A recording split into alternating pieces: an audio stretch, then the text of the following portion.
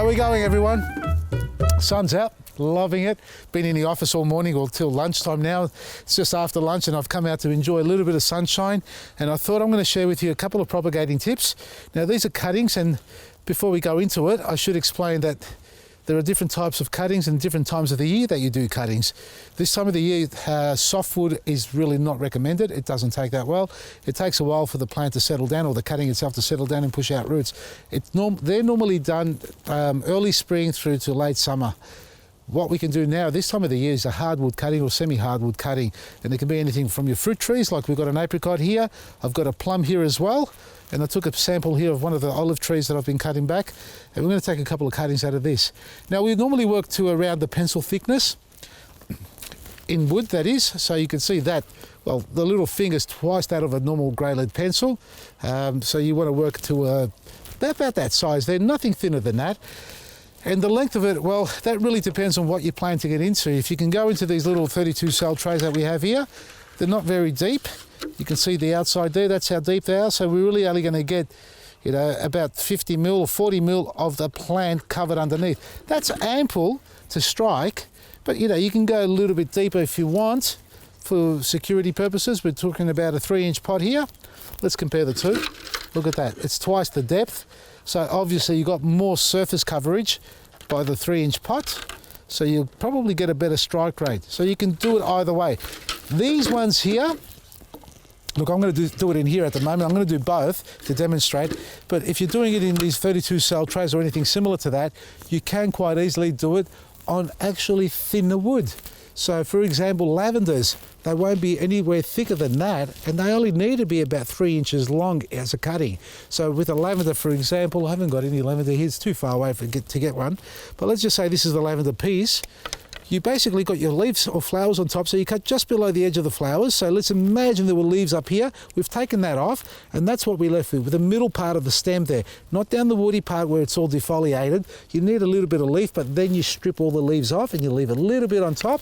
Now at the bottom, what we do here is we cause a little bit of damage to the actual stem. Now, be it a plum, cherry, lavender, you can easily just scratch the outer skin or bark like that around, or on the table with something blunt, give it a couple of hits, which causes a bit of bruising on it, and that way it calluses over. But when it does callus over, it has to be in the soil, otherwise it will just dehydrate and dry off completely and die.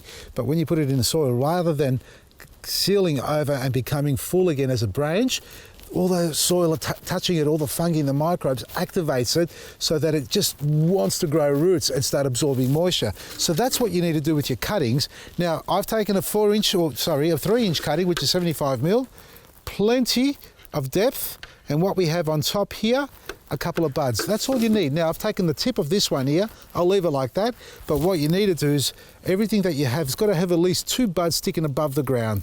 For example, let's cut this one here, and we'll cut it just at about the same length, like that. Now, when we stick it in the soil, it should be up to there, and we'll have this part sticking out. Let's just clean that bit off there at the top. So that's your typical cutting on a short level.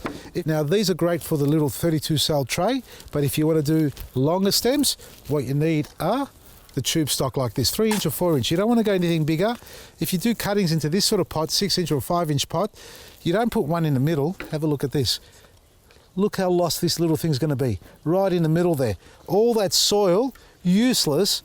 Well, not useless, but it's going to cause it to become stagnant and sour, meaning the drainage will be there, but it'll always hold its moisture, and the little cutting itself will struggle. So you don't need so much soil, and you don't need so much depth either. So 3 inches the maximum. 2 inches are very good as well for small cuttings. And then again, if you're going to go for larger things like I do with the eggplant, for example, these ones here, if you're doing stems like that, again, this is a softwood. It goes hard, but it's technically a soft or medium soft. You can go into a pot like this size there. And here, something like that, you can put 2 or 3 in there. All right, so the cuttings are like that.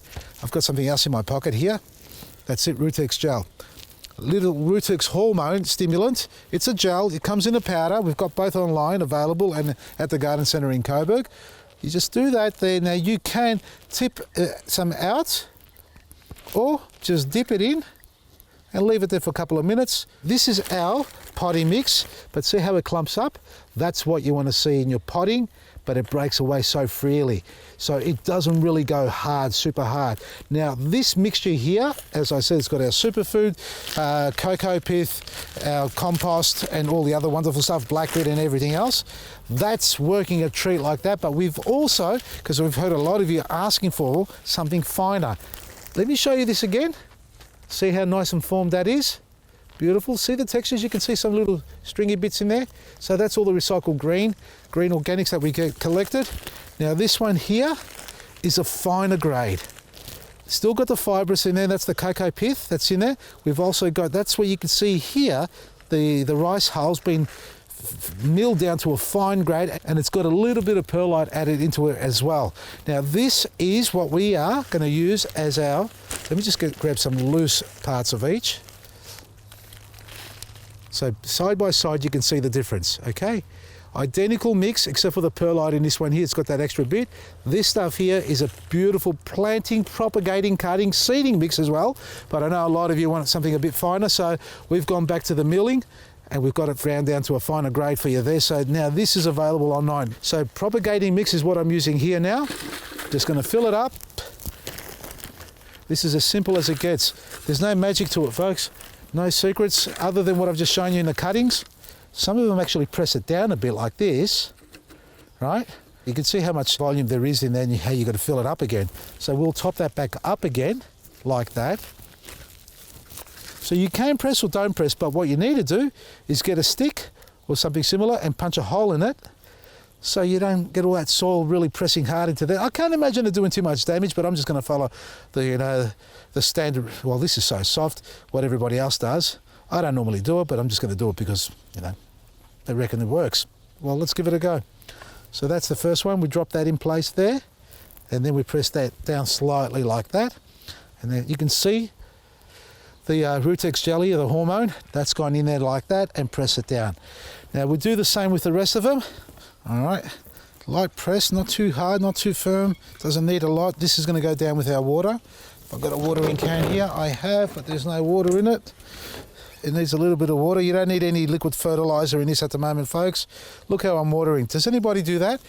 You pick up your watering can as a little bit, I'll just get that thing going and just dribble it over the top and then be bothered go and get some more water. I'm going to go and water it, but more importantly, once you do water it, folks, because it is winter, doesn't mean you can leave it outside because it's hardwood. They still need to be protected in a mini hothouse, just like that. Cover it, get yourself a heat mat if you haven't got one, turn it up to about 22 degrees, keep the soil warm, and that way they activate. Remember, during the daytime, open the vents like that, get air into it, make sure you get some air in it, or if it gets too warm, over 15 or 18 degrees, remove the lid. It will get too hot, it will dry out too quick. So you need to remove the lid when it's over 15 or let's say 18 degrees, because it'll get up to 25, 30, and that's too much fluctuation for winter. Because at night it gets so cold, you want it to sit around 12, 13, 14, 15 degrees in the soil. And if it gets up to 30, it'll dry out too quick, kill off the microbes, dry out the soil, kill the plants off, and then those cell walls start to decay and they never form properly and the mycelium never develops and the fungi and the microbes never kick on to help those roots grow. So, mini hothouses, control the environment, get yourself some Rutex gel, get your cuttings. We've got our propagating mix now online. There's only about 70 or 80 bags available at the moment. I'm not sure if I'll make any more. If they sell quick enough, we'll make some more. Check it out at vasilisgarden.com. Everything's discounted every day. From me, Vasily, Maresi.